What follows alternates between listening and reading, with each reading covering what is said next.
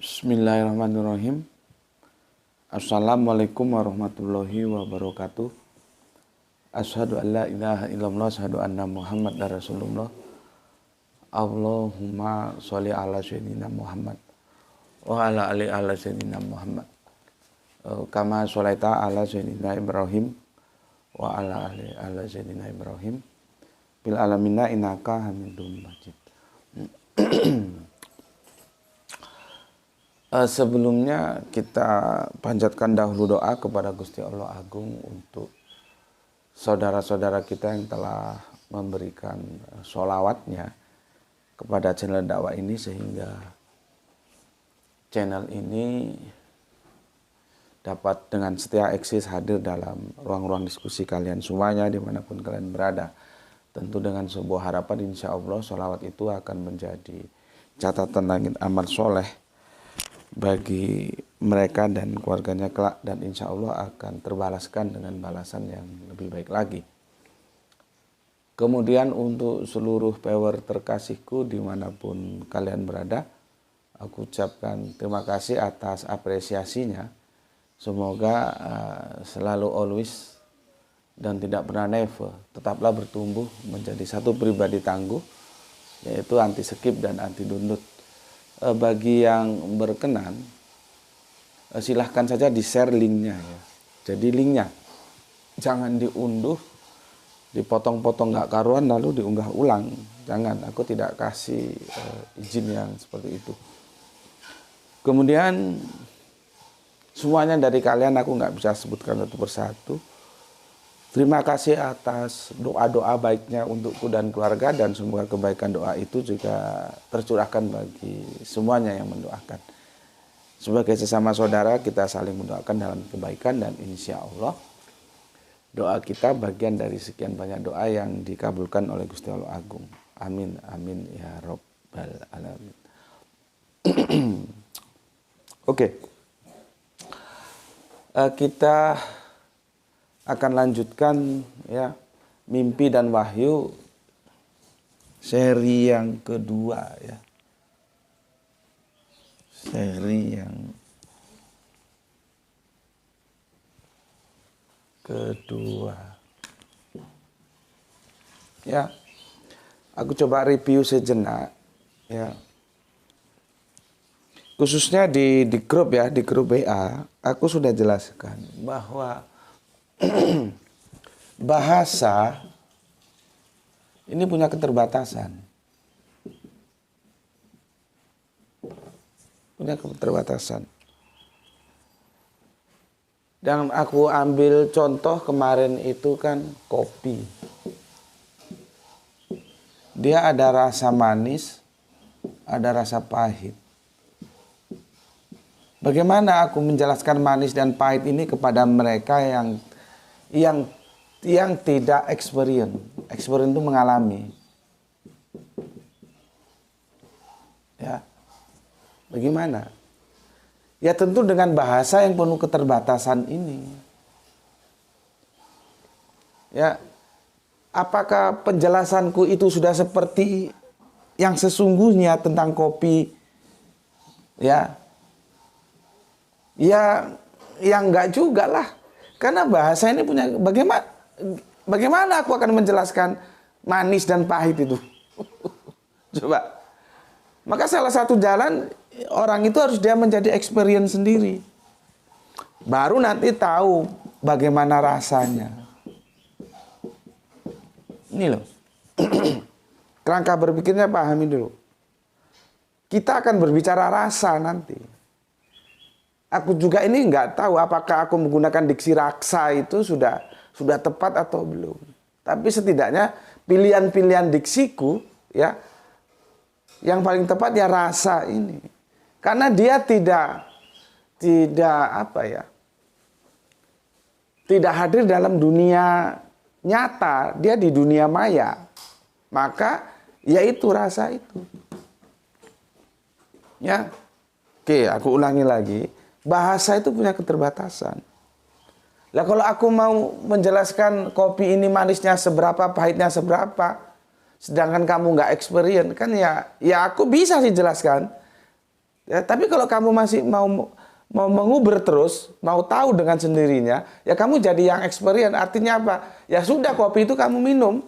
Nanti kamu tahu, oh manisnya seperti ini yang diceritakan oleh Gus Beti. Pahitnya seperti ini gitu. Kamu tahu rasanya.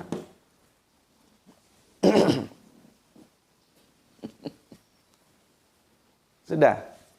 Ya. Oke, aku hapus ya, pelan-pelan ya. Ini sebabnya aku lagi libur nih, jadi nggak ada kopi.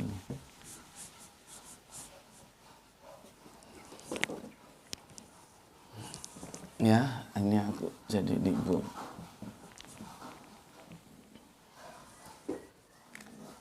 Oke. Ya, mamanya Grahito itu ya. Dia mimpi. Ya, apa? Punya rumah. Saking pinginnya punya rumah sampai sekarang belum punya rumah karena keterbatasan dana dan segala waktunya ya. Meskipun rencananya bulan Agustus kemarin, karena Agustus sampai sekarang ini kan lagi terang, jadi bisa kerja dengan optimal. Kalau nanti jatuh musim hujan, ya tukangnya kan nggak bisa kerja dengan optimal. Itu rencana.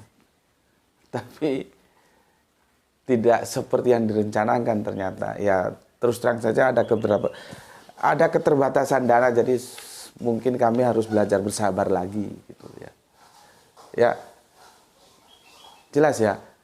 Ya, mamanya Grahito itu saking pinginnya punya rumah sampai dia mimpi.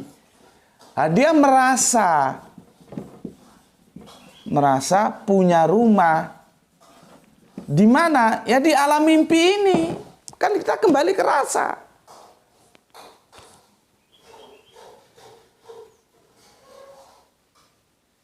Dia juga tak suruh menjelaskan gimana. Paling kalau kemarin dia jelaskan, itu atasnya belum dikasih pian, terus temboknya belum dipelur. Pelur itu nggak tahu aku, kamu tahu nggak? Tanya sama yang tahu apa itu pelur. Aku harus jelaskan itu lagi repot nanti. Ya, dia bisa ceritakan gini. Tapi itu semua di dalam rasa. Rasanya itu di mana? Di dalam mimpi. Tapi apakah aku bisa? Paling aku yang mengangan-angan. Oh begini, begitu. Karena aku tidak experience.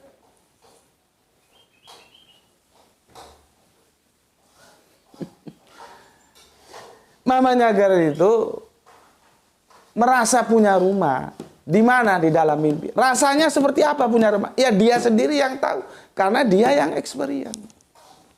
Kalaupun dia menjelaskan dalam bahasa itu tetap punya keterbatasan. Apakah terus aku juga seperti apa yang dia ceritakan? Ya belum tentu juga. Nabi itu menerima wahyu dalam mimpi. Nanti dia juga terkait dengan rasa. Dia dibimbing. Nabi cerita kepada Bunda Aisyah. Apakah Bunda Aisyah experience? Enggak. Orang yang mengalami mimpi itu Kanjeng Nabi kok. Bunda Aisyah menceritakan dalam hadis itu sampai ke kita. Gitu ya. Oke. itu yang kemarin. Nanti apakah dalam mimpi itu ada kesadaran? Ya nanti kita buktikan. Semua kan berbicara bukti, ya, berbicara bukti. Oke. Aku hapus ya. Oke.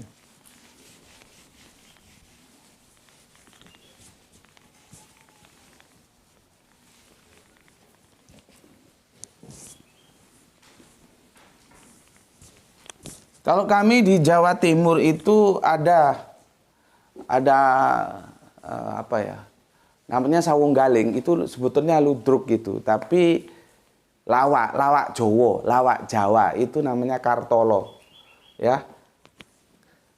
Pemimpinnya itu Cak Kartolo gitu. Kalau Jawa itu manggil itu Cak ya. Cak Kartolo itu kalau orang Jawa Timur khususnya Surabaya, Malang, Jombang, Gresik, Mojokerto tahu lah itu ya. Itu aku lupa judulnya apa, karena aku sering mengikut, cuman judulnya lupa. Itu dijelaskan dalam Jawa itu ya, mimpi itu nanti terbagi gini. Titiyoni,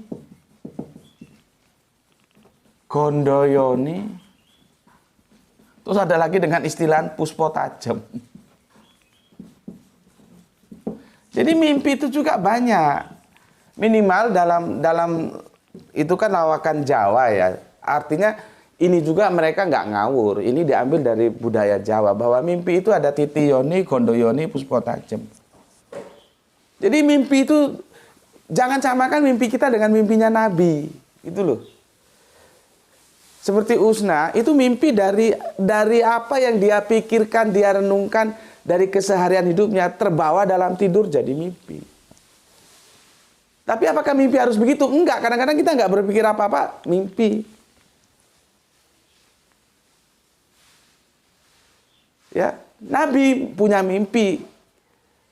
Kita juga punya mimpi, tapi mimpi Nabi jangan samakan dengan mimpi kita.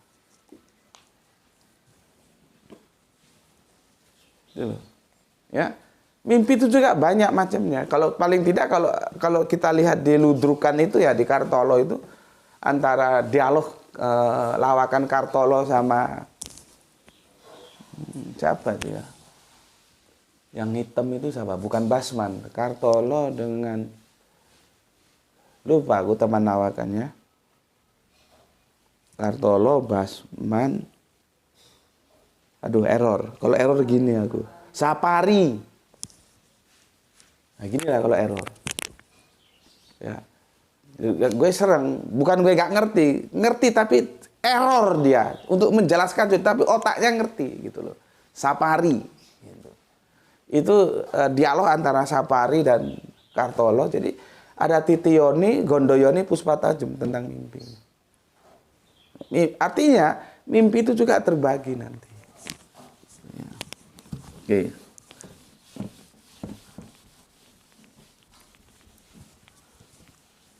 Ya.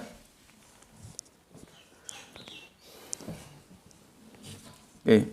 Aku mau ceritakan dulu begini. Ini untuk semuanya ya. Untuk semuanya kalian. Hati-hati. Ya, aku itu sangat rasional, tapi bagaimanapun aku hati-hati. Ya. Kan kita sudah bagi, ada kawasan 1 dibagi 0. Kita itu harus menggunakan rasional dalam beragama. Tapi hati-hati, rasionalitas kita juga itu punya keterbatasan. Hati-hati ketika masuk kawasan 1 dibanding 0. Yang kalau orang eksak bilang tak terhingga. Hati-hati. Karena otak kita itu punya keterbatasan. Tapi jangan juga beragama nggak pakai otak. Karena perintahnya agama harus pakai otak. Apakah engkau tidak berpikir? Terus Allah itu akan tidak senang terhadap orang-orang yang tidak menggunakan akalnya. Kenapa? Sudah dikasih akal kok nggak dipakai. Tapi kita harus sadar. Ada hal-hal yang itu di luar kemampuan otak. Karena otak kita tetap aja terbatas. Jadi Islam itu indah. Dia disuruh menggunakan otak tetapi harus sadar. Otak yang dikasihkan oleh Gusti Allah itu punya keterbatasan. Dia ketika sudah berbicara pada domain 1 dibanding 0, ini hati-hati. Makanya kan ada yang namanya, aku sudah jelaskan dulu di awal ya, rasional, terus di bawahnya irasional, transrasional. Masalah transrasional ini hati-hati. Otak belum bisa menerima. Bukan tidak bisa menerima, itu perlu proses penjelasan untuk menerima. Biasanya dalam hal-hal eksak, sains seperti itu. Artinya apa? Kalau sudah Al-Quran katakan, terima dulu. Jangan kamu tolak. Jangan kamu, otak saya nggak menerima. Lalu kamu tolak, jadi masalah. Karena apa? Kamu menolak karena kamu belum mendapatkan penjelasan yang utuh tentang hal itu. Bukan Al-Qur'annya yang salah. Hati-hati. Ya, hati-hati. Ya.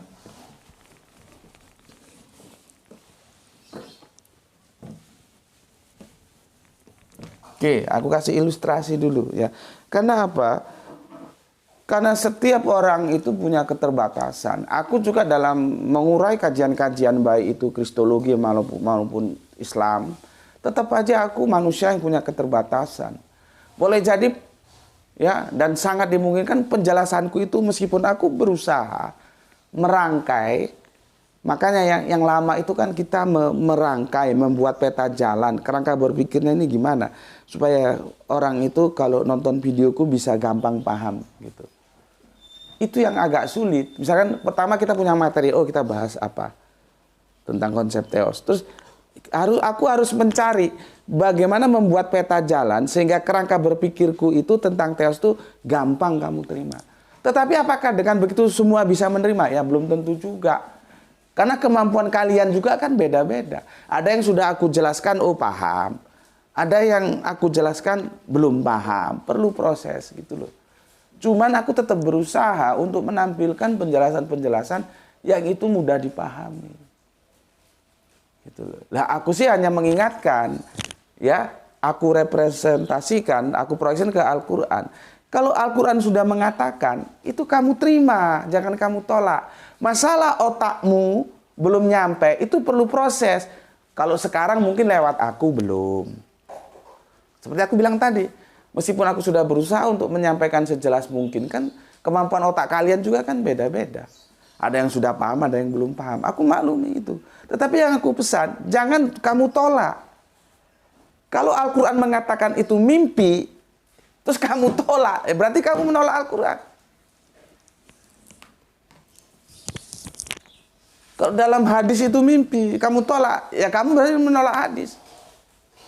Yang aku pesankan, kalaupun otakmu belum menerima, ya makanya aku kan bilang begini, ngaji itu jangan di sini saja. Aku kan nggak pernah kalian ngaji di tempat lain. Aku justru berikan keleluasan, silakan ngaji di tempat lain. Karena bisa jadi lewat penjelasanku kamu belum juga bisa menerima. Siapa tahu lewat penjelasan yang lain bisa menerima. Makanya aku bukan orang yang jangan ngaji tempat lain, ngaji sini aja. Memangnya siapa lu? Jangan, santri itu biarin ngaji di tempat lain, wawasannya semakin banyak, cara pandangnya semakin luas. Kalau gue begitu, bukan gue larang, bahkan gue suruh. Seperti mimpi dan wahyu ini. Boleh jadi lewat aku, kamu masih belum puas, belum bisa menerima, ya. Tapi jangan tolak penjelasan Al-Quran dan hadis itu, bahwa wahyu itu salah satunya, bukan satu-satunya ya. Lewat metodologi mimpi ini. Mimpi ini sebagai tools, sebagai alat untuk menyampaikan wahyu itu jangan kamu tolak. Sambil kamu berusaha mencari penjelasan yang itu bisa memuaskan logika berpikirmu. Ya mungkin lewat aku belum, lewat yang lain gitu. Karena kalau kamu tolak bahaya. Karena apa? Otak itu punya keterbatasan. Sebetulnya bukan Al-Qur'annya yang salah, bukan hadisnya yang salah. Otakmu yang belum nyampe ke sana. Gitu loh. Ya. Oke, aku kasih ilustrasi. Aku perlu ilustrasi ini supaya kerangka berpikir kalian itu tidak liar. Ya. Tetap ada dalam keterbatasan-keterbatasan.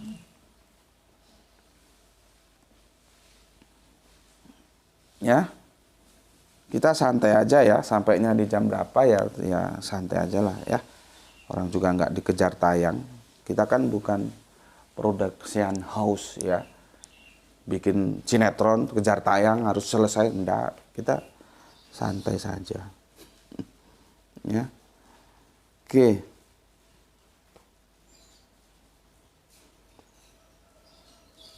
Aku kasih contoh begini ya, surat At-Tur ya. Surat At-Tur ya, ayat 6. Ini aku kasih landasan dulu ya, supaya kalian nanti bisa ngerti. At-Tur ya. Surat At-Tur itu ayatnya yang ke-6.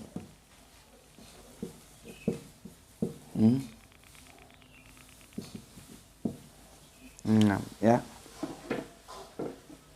Itu sebetulnya terjemahannya begini ya. Allah berfirman dengan fenomena kosmik unik yang lain ya. Jadi ada lautan ya. Ada laut yang di dalam tanahnya itu ada api. Ya. Cuman kalau kita tarik ke original teksnya sebetulnya tidak begitu, tapi itu juga benar, bukannya salah. Ya. Coba kamu buka surat Ar-Tur ayat 6 ya. Karena kalau api itu nar ya. Di situ enggak api, mendidih gitu loh ya. Ar-Tur ayat 6. Wah bahril mashur. Mashur itu mendidih. Jadi begini, dan laut itu mendidih. Ya.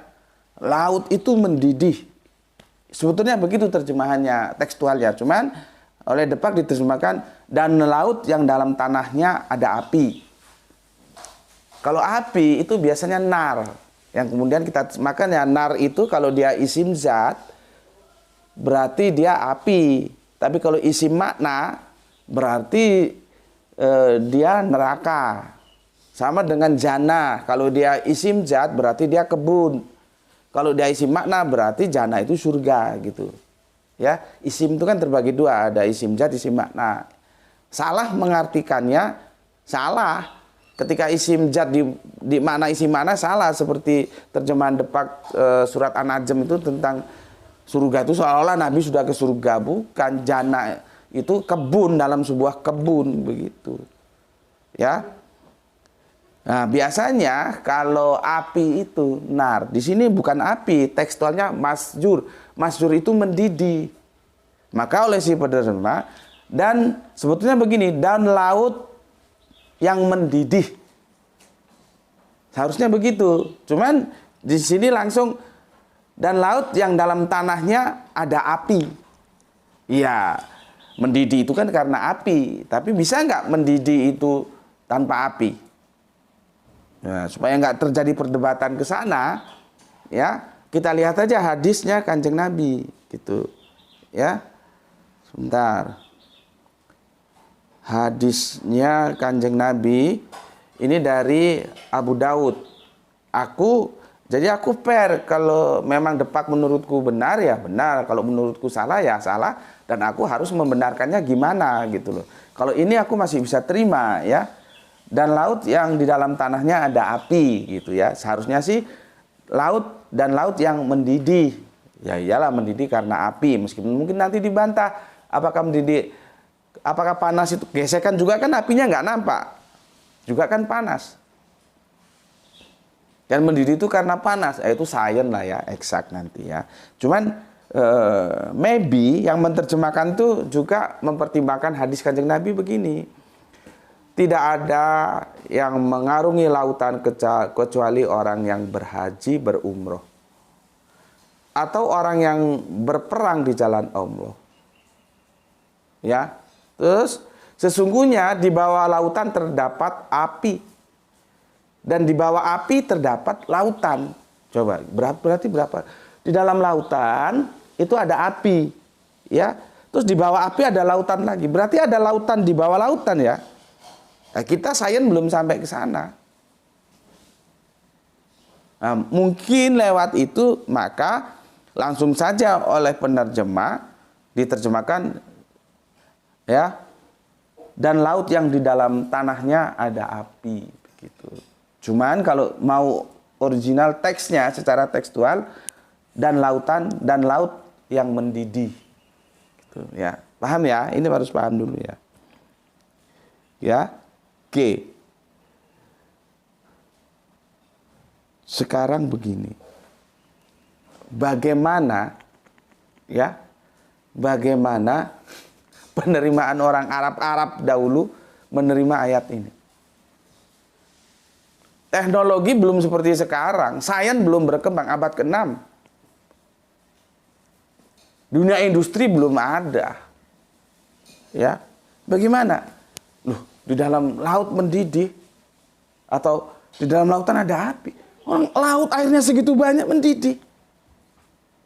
Berat nggak orang-orang Arab saat itu ya? Kalau aku jelaskan begini, ketika ayat ini diturunkan, bangsa Arab tidak mampu menangkap dan memahami isyarat sumpah Allah Subhanahu wa taala demi lautan yang di dalam tanahnya ada api. Karena bangsa Arab kala itu hanya mengenal makna sajarah sebagai menyalakan tungku pembakaran hingga membuatnya panas atau mendidih. Coba, teknologi belum keluar.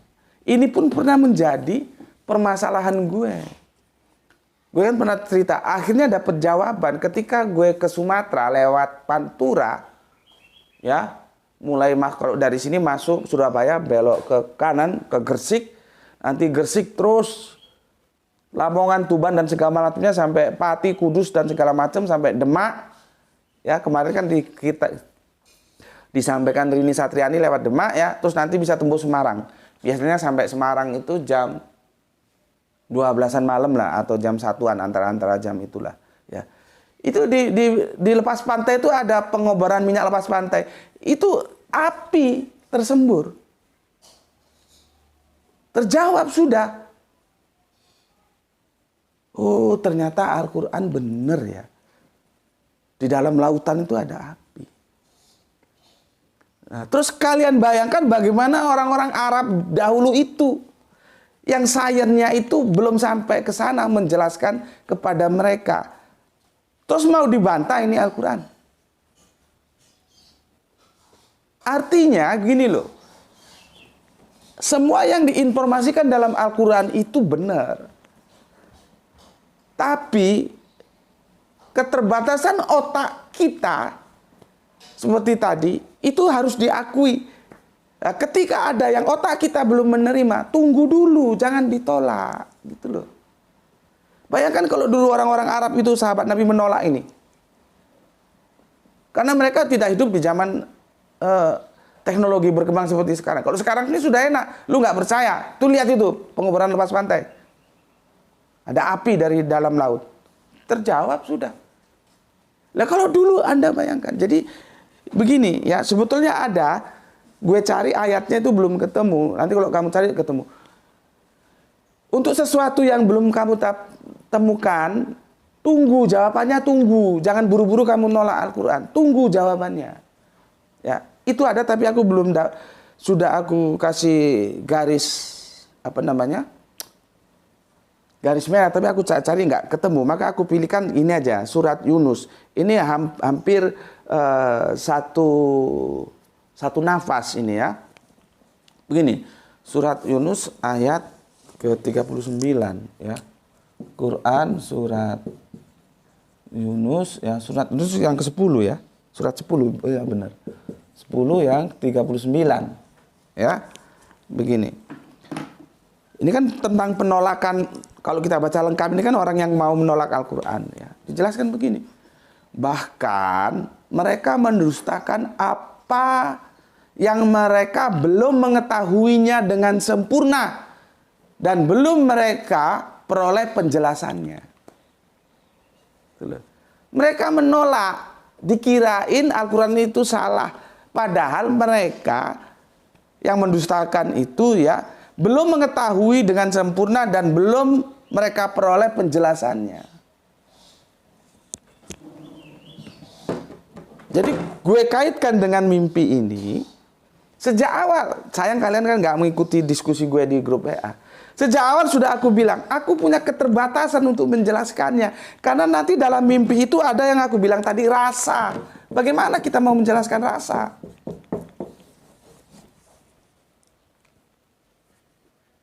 Seperti tadi, istriku merasa punya rumah. Di mana? Di dalam mimpi.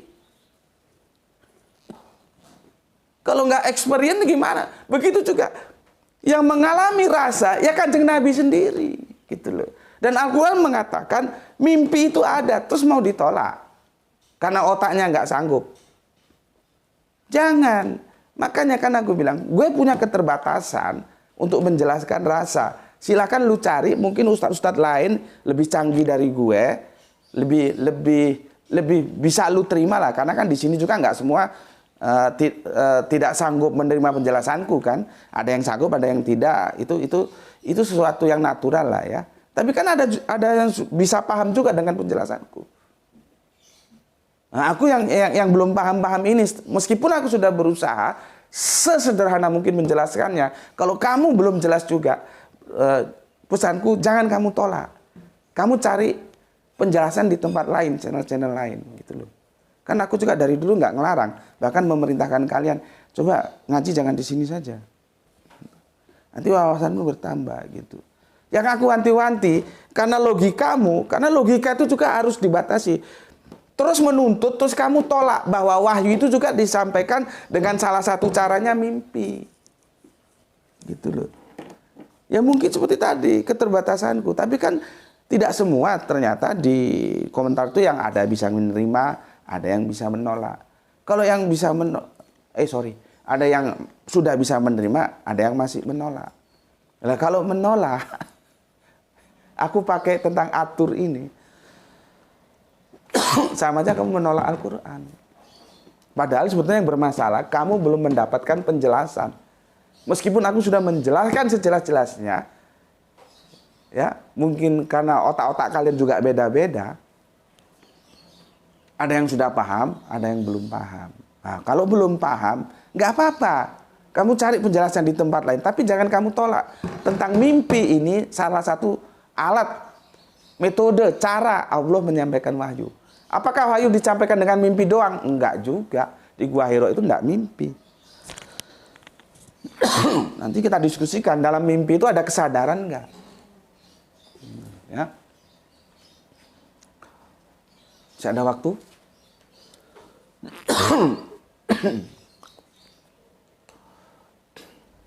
Ini sudah terasa haus tapi puasa ya. Pelan-pelan ya. Ini sudah gue ingetin ya. Kita harus memberdayakan rasio tapi harus sadar. Rasionalitas kita itu punya keterbatasan. Ketika masuk wilayah 1 dibanding 0, hati-hati. Ya. Karena nanti berbicara apa? Berbicara bukti. Lah buktinya demikian kok. Sekarang mumpung aku ingat, di dalam mimpi itu ada kesadaran nggak? Kalau kamu bilang nggak ada kesadaran, lah buktinya istriku bisa cerita kok. Berarti kan ada ingatan di sana. Makanya kan dalam tidur itu ada mimpi. Jangan dipahami Kanjeng Nabi menerima wahyu tidur. Nggak begitu. Kanjeng Nabi menerima wahyu mimpi. Mimpi itu ya jelas di dalam tidur. Tapi dia tidak tidur doang. Mimpi. Jangan diputus mimpi dan tidurnya. Kalau orang tidur lost control, oke. Tapi orang mimpi, apakah lost control? Apa daya ingatnya hilang sama sekali? Ya enggak. Dia tetap ingat, tapi sebatas konteks yang ada dalam mimpi itu. Buktinya siapa? Lah istriku bisa cerita kok. Lah Kanjeng Nabi bisa cerita kok. Berarti kan dia ingat, bukan ingatannya lost. Beda ya dengan orang yang ketika mau dioperasi itu disuntik morfin kan, supaya ingatannya itu hilang. Supaya tidak merasakan sakit, itu kan morfin yang disuntikkan itu. Seperti zaman-zaman gue waktu jahiliyah dulu. Fly to the sky, meninggalkan segala masalah. Maka zaman dulu ngegelek, nggak ada ekstasi. Zaman gue, ekstasi itu kan tahun 90-an.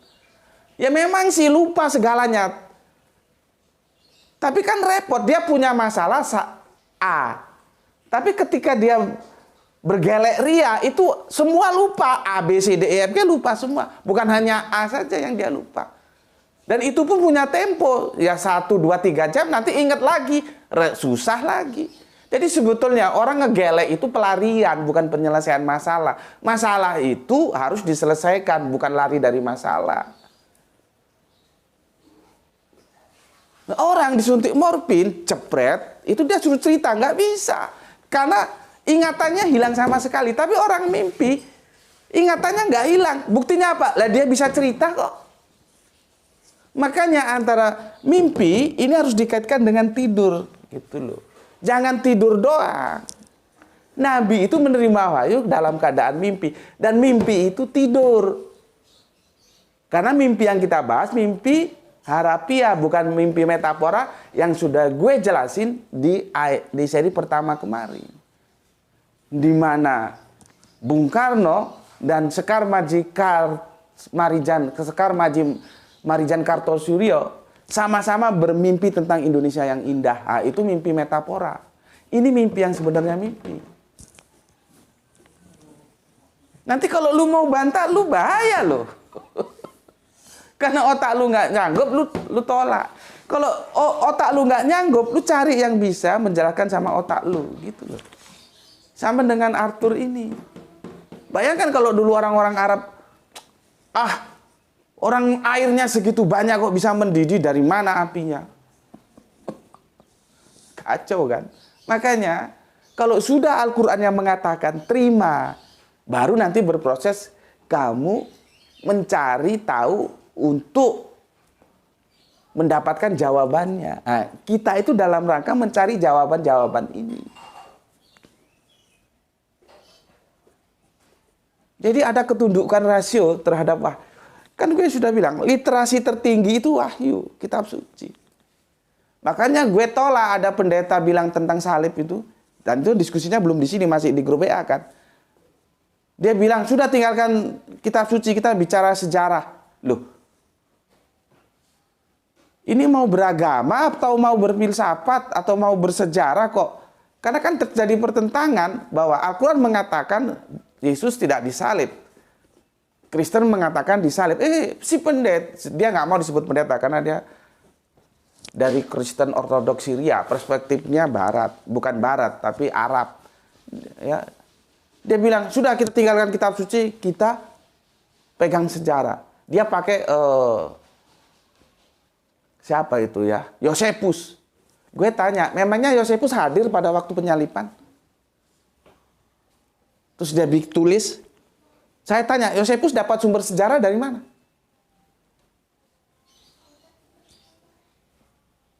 Karena dia sudah salah, meskipun dia pendeta, doktor, nggak tahu sekarang profesor, alumni Kairo, gue nggak ada ngurus. Tapi otak dia, roadmap yang dia bangun itu sudah salah. Dia tidak memposisikan wahyu itu sumber literasi utama. Karena wahyu itu dari yang maha tahu. Wahyu itu dari yang maha tahu, maka ketundukan kita terhadap wahyu itu automatically. Sama seperti ini, tunduk terhadap wahyu. Sambil lu mencari jawabannya, insya Allah ketemu. Kalaupun nggak ketemu di sini, semoga ketemu di channel-channel lain. Tapi tetap gue akan jawab. Ya, tuh ya.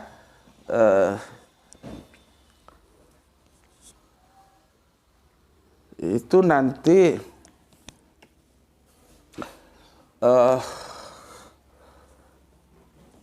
masih ada waktu untuk kurang 10 menit lihat.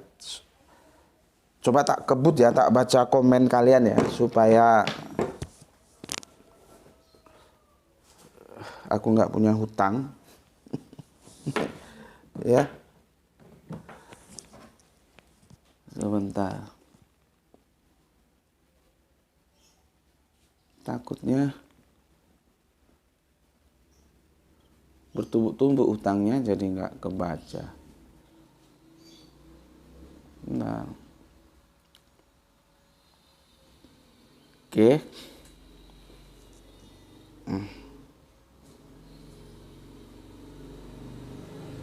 Oke, pertama dari Slopet 2 Gemilang.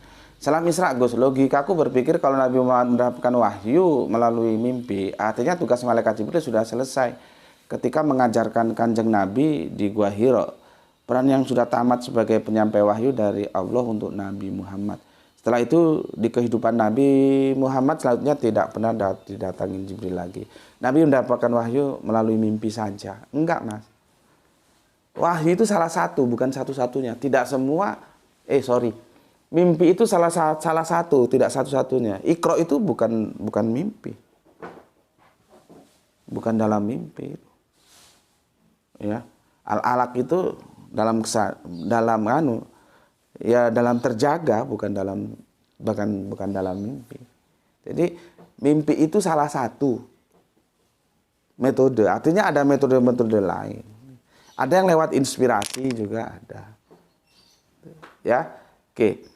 Kemudian Kang Juwanto, Assalamualaikum. Waalaikumsalam. Cirebon izin ikut mandi di danau keilmuan sastra jenengan Gus. Kajian yang benar-benar mantap bagi orang-orang yang berpikir dan selalu menggunakan akal cerdas.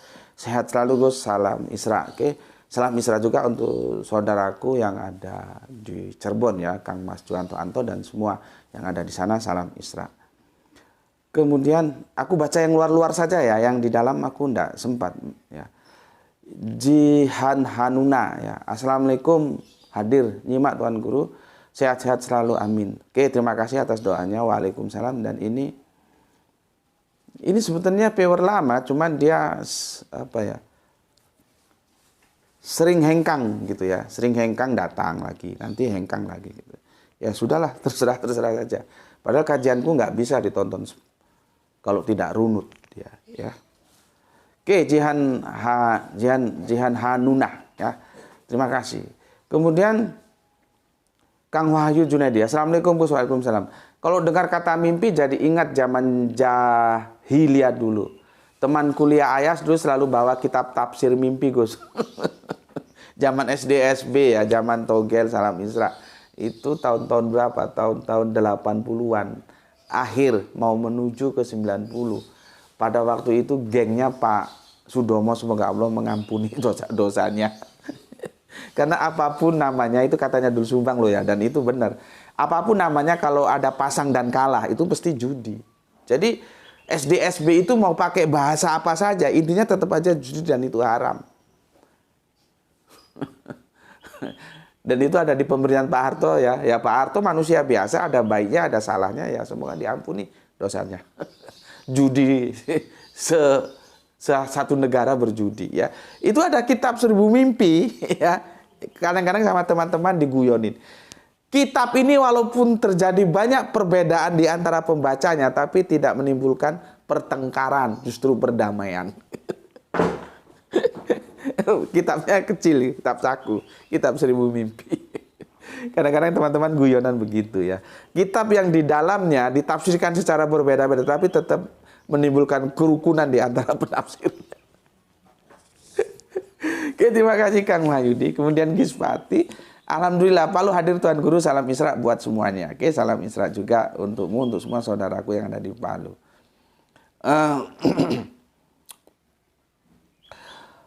Kemudian sebentar, Oskis, sebuah mimpi dapat pula menjadi sebuah nubuatan. Dapat, tergantung mimpinya. Kalau dia mimpi menceritakan tentang masa yang akan datang, maka dia menjadi nubuah. Petunjuk kan itu. Nubuah dia. Ya, tentang sesuatu yang akan datang, maka dia nubuah. Ya dapat.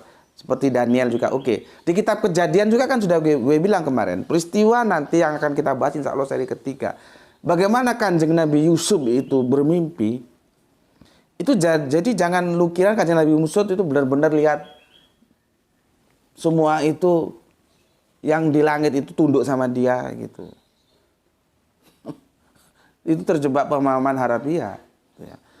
Ya. Terima kasih Oskis yang ada di Trenggalek ya. Kemudian Jamuri-muri, alhamdulillah tentang mimpi berusaha belajar untuk memahaminya tentang mimpi yang benar dan mimpi yang salah. Salam Isra. Oke, salam Isra juga untukmu. Jadi seperti tadi aku bilang, mimpi itu sebetulnya terbagi ya. Paling tidak kalau dalam kultur Jawa itu 3 tadi, cuman kan aku memfokuskan mimpi yang terkait dengan wahyu ya, dengan Kanjeng Nabi aja ya. Kemudian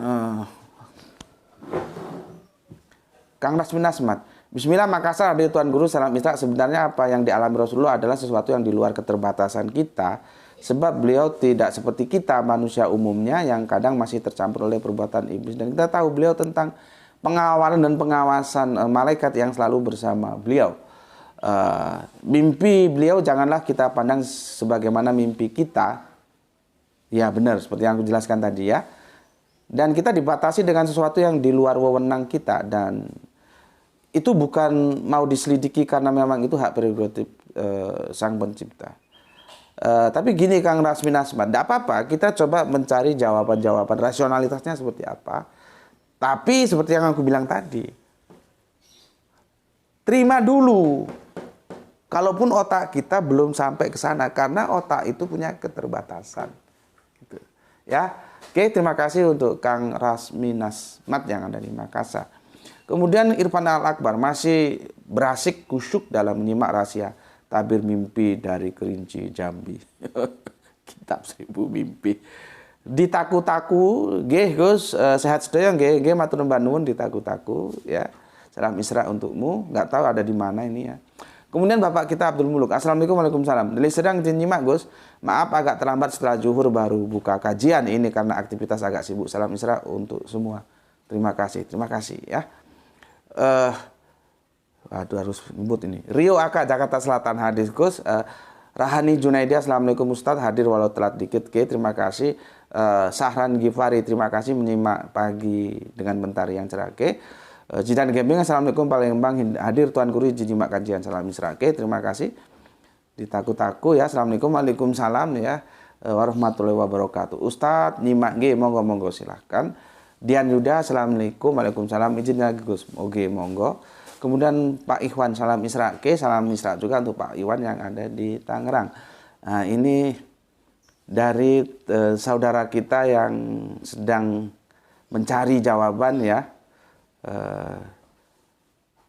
Tapi setidaknya tadi sudah aku jawab di sini ya. Cuman aku baca tetap lah ya, supaya mungkin bisa mengurangi sedikit kegundahannya. Gini ya. Dari Alif, Senin 911-2023, 1942, Bismillahirrahmanirrahim. Terima kasih Gus. Oke. Batasan konstrain saya adalah pada mimpi ketika tidur. Ya, jelas ya. Bukan tidur saja loh ya. Mimpi dan tidur itu harus berdua. Saya pikir salah satu karakter atau juga kriteria yang harus ada pada wahyunya itu adalah jelas, tegas, dan tidak samar. Ya memang wahyunya jelas, tegas, dan tidak samar kok. Mana yang samar? Al-Fatihah itu mana yang samar bagi kamu? Boleh jadi kamunya samar, tapi Al-Fatihahnya sendiri tidak samar, dia jelas, tegas. Kita aja yang salah menerjemahkan. Meskipun tidak salah-salah banget sebetulnya, tapi sebetulnya tunjukilah kami jalan-jalan orang yang istiqomah, bukan jalan yang lurus. Kurang 4 menit, sorry ya. Tapi paling tidak aku sudah jawab ya, maybe besok lah ya. Kasihan nanti kalau Ranti harus telat lagi ya. Jadi apa yang kurang tegas tentang Al-Fatihah? Coba kamu tanya. Ya. Karena begini, kriteria yang harus ada pada wahyunya itu adalah jelas, tegas, dan tidak samar. Oke, mana yang tidak jelas, mana yang tidak tegas, mana yang tidak samar. Ya. Oke, sekali lagi mohon dipersori, cuman aku kira aku sudah menjawab, cuman kalau mau di breakdown lagi insya Allah besok ya, karena harus bagi-bagi waktu. Pesan dari aku, jaga Allah, jaga Kanjeng Nabi, jaga sholatmu dalam bingkai keindahan iman Islammu ya, tapi tetap memberi hormat kepada saudara kita yang lain ya, karena mereka tetap saudara kita ya. Semoga mendapatkan keberuntungan, rezeki yang barokah, dan kesehatan yang prima. Terima kasih, aku suka diskusi seperti ini. Tanya saja ya, enggak apa-apa ya, tanya saja ya. Aku sangat menikmati diskusi-diskusi seperti ini ya. Selanjutnya salam Isra untuk semuanya, Islam rasional ya. Matur nuwun, alhamdulillahirabbil alamin.